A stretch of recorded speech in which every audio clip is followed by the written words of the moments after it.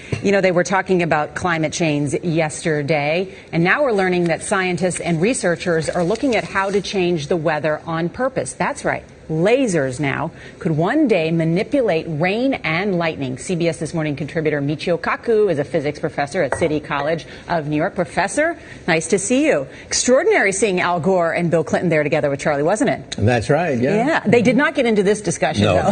But it is fascinating. I mean, lasers, really, to change the weather? That's right. Well, as Mark Twain once famously said, everyone complains about the weather, but no one ever does anything about it.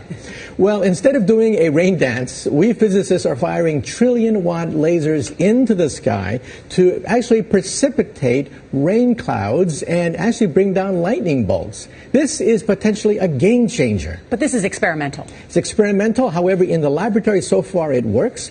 When you have water vapor and you have dust particles or ice crystals, you can precipitate rain. It condenses around the seeds. These seeds can also be created by laser beams. By firing trillion-watt lasers, you rip apart the electrons, creating what are called ions, and these ions act like seeds, like dust particles, bringing down rain and even lightning.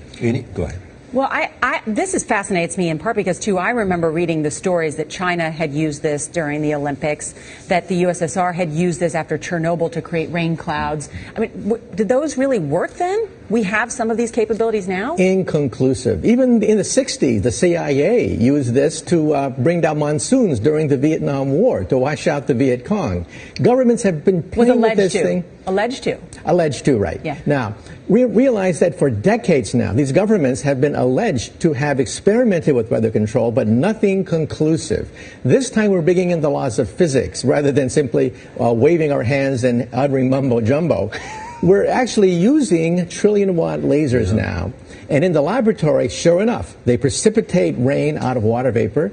Sure enough, you can actually bring down electricity down the beam. So what does it mean for drought areas that need to have rain for crops, and if they don't have them, there's the consequences of famine?